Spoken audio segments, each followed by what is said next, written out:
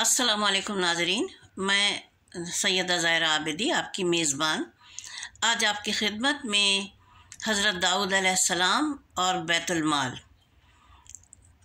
इसका क़िस्सा पेश करूँगी। शुरू करती हूँ। बिस्मिल्लाहिर्रहमानिर्रहीम। रब्बि शरह ली सदरी व यस्सिर ली अमरी वहलुल उक़दतम मिन लिसानी यफ़क़हू क़ौली। अल्लाहुम्मा सल्लि अला मुहम्मदिन व अला आलि मुहम्मदिन कमा सल्लैता अला इब्राहीम व अला आलि इब्राहीम इन्नका हमीदुम मजीद। अल्लाहुम्मा बारिक अला मुहम्मदिन व अला आलि मुहम्मदिन कमा बारकता अला इब्राहीम व अला आलि इब्राहीम इन्नका हमीदुम मजीद। तो किस्सा यहाँ से शुरू होता है कि हज़रत दाऊद अलैहिस्सलाम अल्लाह ताला के बहुत पसंदीदा नबी थे, बहुत इबादत गुज़ार थे और उमूर नबूवत निपटाने के बाद बादशाहत के भी फ़राइज़ अंजाम देते थे। तो आपको कोई हुनर नहीं आता था तो आप बैतुल माल से लेके अपना और अपने बाल बच्चों का ख़र्चा पूरा करते थे। और आपकी ये आदत थी अलैहिस्सलाम की कि उमूर नबूवत के अलावा जब बादशाहत का आपका वो होता था दौर, तो आप सादे कपड़ों में निकलते थे और अवामुन्नास में घुल मिल जाते थे।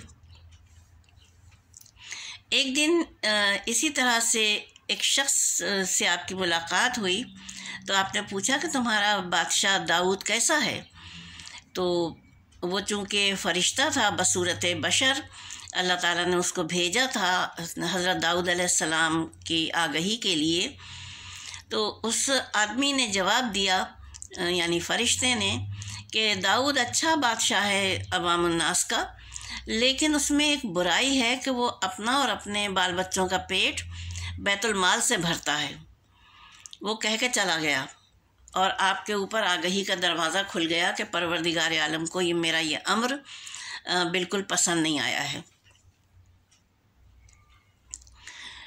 आप रुहासे हो गए। आपने अल्लाह रब्बुल आलमीन की बारगाह में अपनी आजिज़ी पेश की और कहा मुझे कोई हुनर नहीं आता है तो मैं किस तरह से अपने बाल बच्चों का पेट भरूं।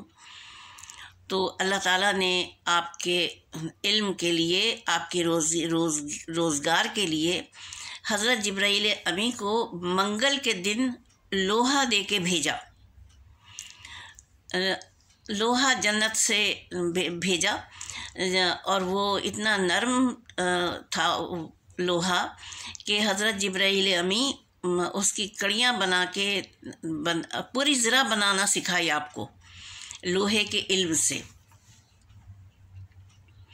और आप फिर उससे कमाने लगे रोज़ी।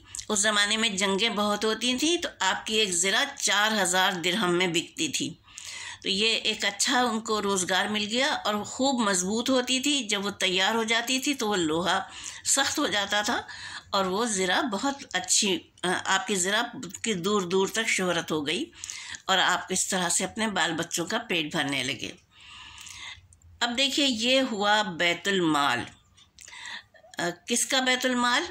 अवामुन्नास का, जिससे कि हालांकि वो उमूर नबूवत भी निपटा रहे थे, उमूर बादशाहत भी निपटा रहे थे, तो अवाम के टैक्स के पैसे खुदा ने बिल्कुल पसंद नहीं किए कि वो उससे अपना पेट भरें, अपना और अपने बाल बच्चों का। तो ये चीज़ हम पाकिस्तानी सरबराहान जो हैं, मुक़्तदर हल्के जो हैं, ये ख़ास उनके लिए वो है कि वो तो यानी हज पे भी चले जाते हैं, उम्रे पे भी चले जाते हैं। उनके तमाम काम, ज़ाती काम, उनके इलाज मालजे, जबकि वो तनख्वाह ले रहे होते हैं, उनका पेट्रोल मुफ्त, उनके फ़ोन में मुफ्त।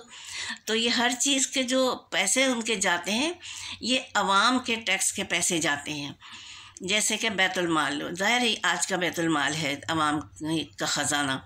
तो ये एक इंतहाई नापसंदीदा बात है परवरदिगार आलम की जानिब से कि किसी भी मुमलिकत का सरबराह अपना और अपने किसी भी खर्च के लिए अवाम का बैतुल माल इस्तेमाल करे। हमारे लिए ये तंबीह है, हमें इसका हिसाब देना होगा। ये बड़ी अजीब व गरीब बात है कि हम मुसलमान हो के भी इन तमाम आदाब से नावाकिफ़ हैं जो कि अल्लाह ताला ने हमारे मुक़्तदिर अफराद के लिए रखा है। और ये यकीनन फ़ुक़दान है कुरान पाक की तालीम का हमारे माशरे में, ख़ास तौर से मुक़्तदिर अफराद में, कि वो अपना इलाज भी अवामुन नास के पैसे से करवाते हैं। वो अपने तमाम उनके अखराजात, ये जो बच्चे उनके बैरून मुल्क पढ़ते हैं लाखों करोड़ों पैसे दे के, ये भी ज़ाहिर उनकी तनख्वाहें इतनी नहीं होती हैं कि वो अपने बच्चों की इतनी भारी फ़ीसें बैरून मुल्क दे सकें, तो ये पैसा अवामुन नास के ख़जाने से ही जाता है।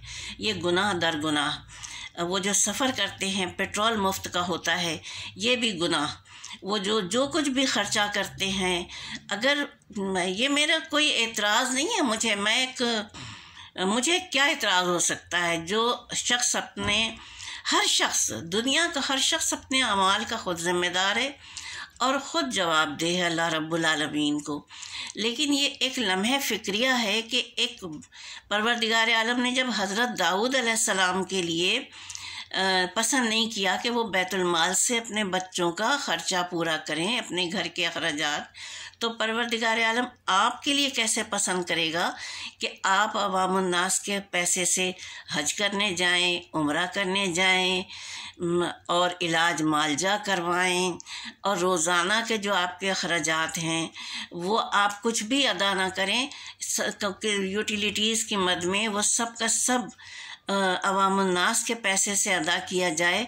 देखिए, ये तो ज़ाहिर है दुनिया तो 4 दिन की है। यहाँ जितना भी इंसान ऐश करे, महलात बनाए, लाखों गज़ ज़मीन लेकर जाना, उसको 2 गज़ ज़मीन में है, यहाँ पर वो दुनिया के ख़जाने जमा कर ले जाएगा, उसके एक अंगूठी भी नहीं जाएगी, एक चांदी का छल्ला भी नहीं जाएगा। लेकिन जाएगी क्या चीज़ उसके साथ? वल बाक़ियातुस सालिहात। खुदा की पुकार है वल बाक़ियातुस सालिहात। तो अगर मेरा पैगाम पहुंचता है किसी ऐसे फ़र्द तक जो बाक़ियातुस सालिहात अपने साथ ले जाना चाहे, बजाय गुनाह का एक टोकरा साथ में लेकर कि उसने अपने बच्चों का पेट भरा, वो हज को गया, वो उम्रे को गया, उसने इलाज करवाया, उसने हवाई जहाज़ का किराया भी नहीं दिया, तो ये सारे गुनाह एक एक करके आपके उसमें तोशे में जमा हो रहे हैं।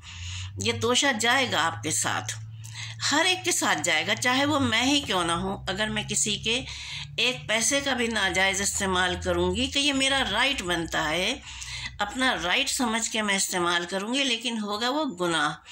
और ये गुनाह, छोटे गुनाह बड़े गुनाह मिला के अल्लाह ताला के नज़दीक ये इंतहाई नापसंदीदा अमल है।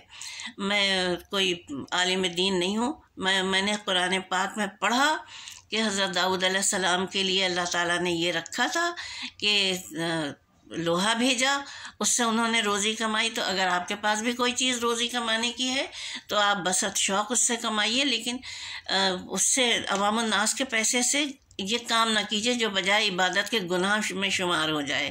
अगर किसी को मेरी बात बुरी लगी हो तो मैं माफ़ी चाहती हूँ, और इसके साथ मेरी पोस्ट तमाम होती है। व आखिरु दावाना अल्हम्दुलिल्लाहि रब्बिल आलमीन वस्सलातु वस्सलामु अला खैरिल मुरसलीन व आलिहि तय्यबीन अत्ताहिरीन।